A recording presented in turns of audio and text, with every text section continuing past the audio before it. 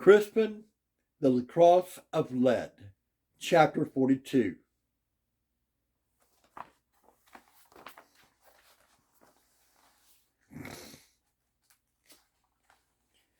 I woke the next morning to the deafening peal of bells. They were so loud, so tumultuous, for a brief moment I thought the day of judgment had arrived. Then I remembered I was in the town of Great Wexley, with its many churches, and it was the feast of John the Baptist.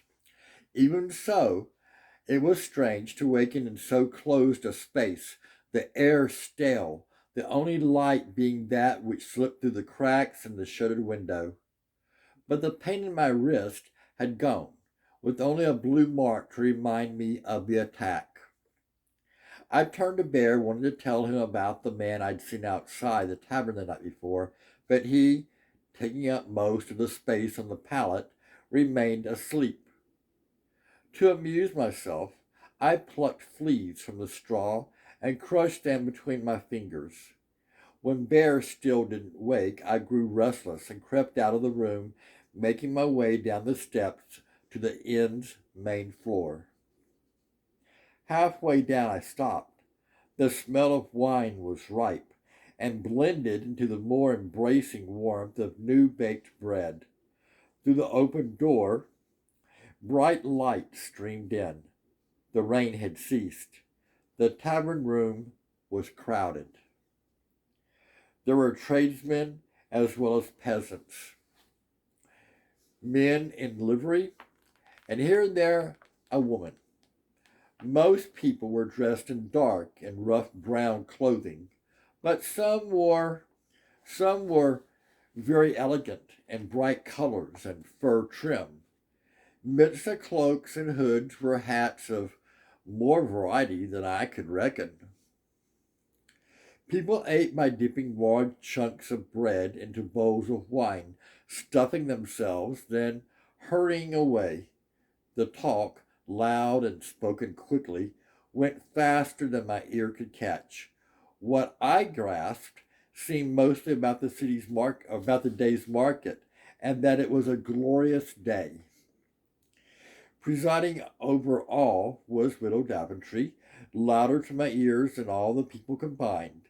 She fairly threw down loaves and bowls of drink on the tables, now and again buffeting men with her fist, or exchanging insults with a boisterous tongue.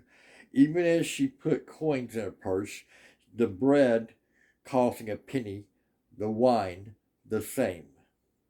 As I watched, more people came in, sat, and ate. Midst a swarm of people, mangy dogs wandered. I even saw a pig snuffling up what had fallen on the ground. No one appeared to notice or even care. At one point, I noticed a young man enter and stand at the threshold, casting his eye about the crowd. I say "I" because I instantly recognized him as the one-eyed man we had seen in the first town in which Bear and I had performed. I immediately backed up some steps. His survey, however, was brief, for he turned and went. I recall Bear saying people would come a great distance for the market day. Even so, I asked myself if it was merely accidental that he came to the great green man's door. Could he be in search of me or Bear? I hastened up to our room to tell Bear, but he was still asleep. Reluctant to wake him, I returned to the steps to stay on guard, but as I sat there, I found it impossible to escape the sensation that something dangerous was drawing in upon us. It put me to mind of the snares Bear used to catch the birds we ate, an unseen loop pulled tight until the unsuspecting birds were caught. Perhaps we now were those birds. End of chapter 42 of Crispin, the Cross of Lead by Avi.